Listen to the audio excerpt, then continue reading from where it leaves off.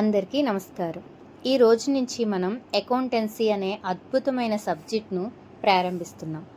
చాలామంది విద్యార్థులు అకౌంటెన్స్ అంటే debit, credit, general entries, balance sheets అని మాత్రమే అనుకుంటారు. కానీ ఒక నిజమైన అకౌంటెంట్, ఒక చార్టర్డ్ అకౌంటెంట్, సిఏ లేదా ఒక ఆడిటర్ అలా ఆలోచించడు.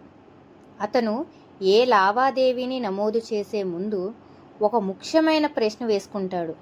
ఇది నిజంగా వ్యాపారానికి సంబంధించిన కార్యకలాపమా లేక వ్యక్తిగత కార్యకలాపమా?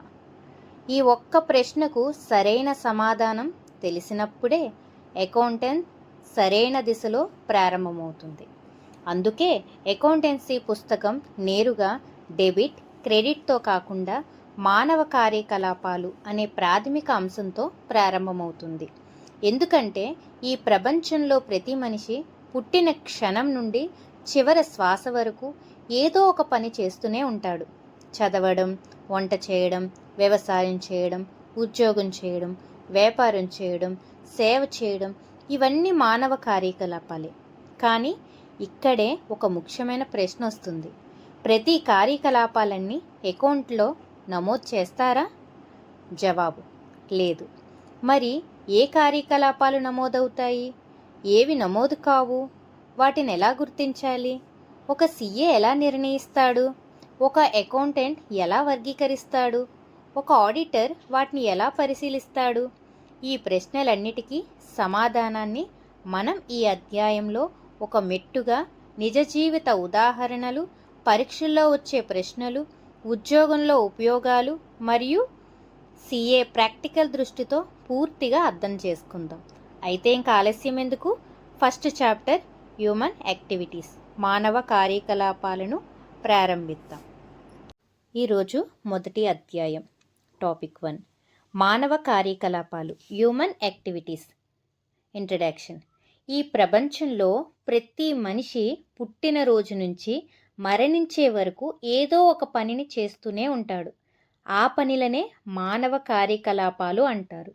మనిషి పని చేయకుండా ఒక్కరోజు కూడా ఉండలేడు. ఉదయం నిద్ర లేవడం నుండి రాత్రి నిద్రపోయే వరకు చేసే ప్రతి పని ఒక కార్యకలాపమే. అయితే ఇక్కడ ఒక ప్రశ్న వస్తుంది. అకౌంటెంట్ పుస్తకంలో మనిషి చేసే పనుల గురించి ఎందుకు చదువుకుంటున్నాం? ఇదే ఈ టాపిక్ యొక్క ముఖ్య ఉద్దేశం. నిర్వచనం, డెఫినిషన్. మనిషి తన అవసరాలు, కోరికలు మరియు లక్ష్యాలను సాధించడానికి చేసే ప్రతి పనిని మానవ కార్యకలాపాలు అంటారు. సులభమైన మాటలో చెప్పాలంటే, ఒక్క మాటలో చెప్పాలంటే, మనిషి చేసే ప్రతి పని ఒక కార్యకలాపమే. ఆ పని చిన్నదైనా పెద్దదైనా, డబ్బు కోసం చేసినా డబ్బు కోసం చేయకపోయినా అది ఒక కార్యకలాపమే. ఈ టాపిక్ ఎందుకు చదవాలి? చాలామంది విద్యార్థులు మొదటి అధ్యాయం చదివినప్పుడు ఒక ప్రశ్న అడుగుతారు. అకౌంటెన్స్ అంటే లెక్కలు కదా, మరి మానవ కార్యకలాపాలు ఎందుకు? దానికి సమాధానం చాలా సులభం.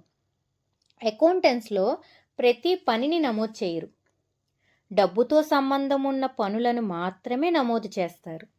అందుకే ముందుగా అన్ని పనులను గుర్తించి వాటిలో ఏవి అకౌంట్కు సంబంధించినవో తెలుసుకోవాలి.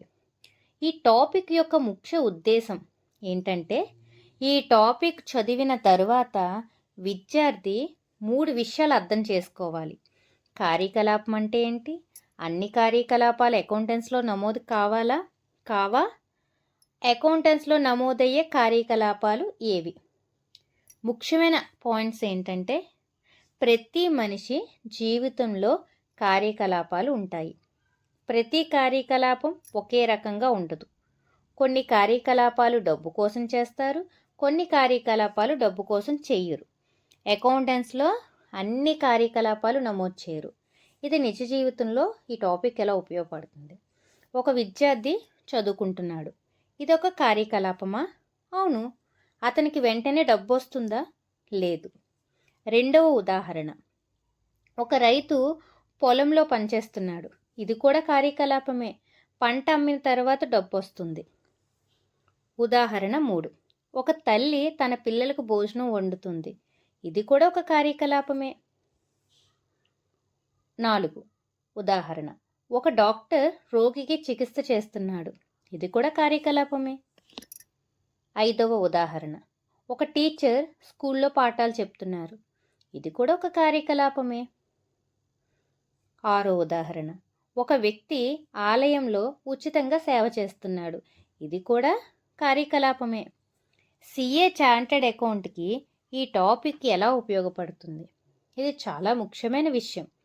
ఒక కంపెనీ అకౌంటెంట్ తయారు చేసే సమయంలో సిఏ ముందుగా ప్రతి లావాదేవీని పరిశీలిస్తాడు.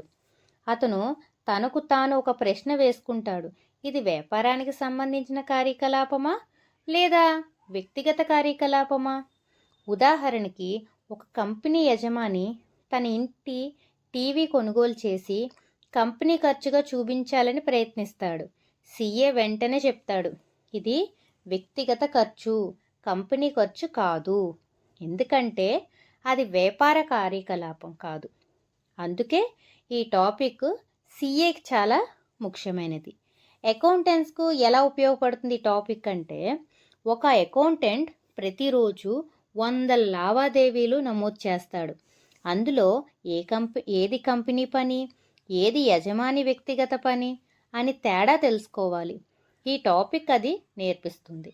ఆడిటర్కి ఇది ఎలా ఉపయోగపడుతుంది? ఆడిటర్ కంపెనీ ఖాతాలను తనిఖీ చేస్తాడు.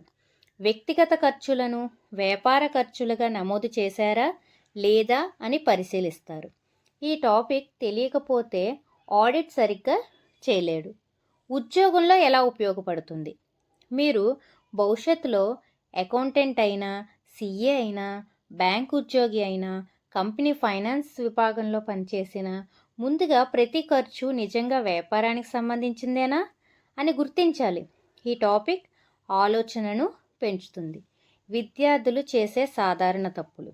కార్యకలాపం అంటే ఉద్యోగం మాత్రమే అనుకుంటాడు. డబ్బు వస్తేనే కార్యకలాపం అనుకోవడం, ఇంటి పనులు కార్యకలాపాలు కావని అనుకోవడం, ఇవన్నీ తప్పు. పరీక్షల్లో అడిగే ప్రశ్నలు: మానవ కార్యకలాపం అంటే ఏమిటి?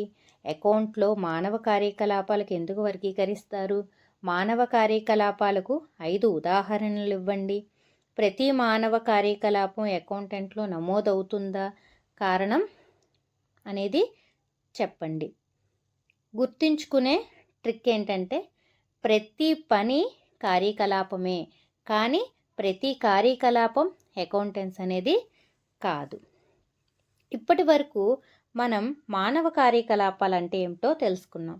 ఇప్పుడు ఒక ముఖ్యమైన ప్రశ్న వస్తుంది: ఈ కార్యకలాపాలలో ఏవి డబ్బు కోసం చేశారు, ఏవి డబ్బు కోసం చేయరు? అదే మన తర్వాత వచ్చే టాపిక్. ఆర్థికేతర కార్యకలాపాలు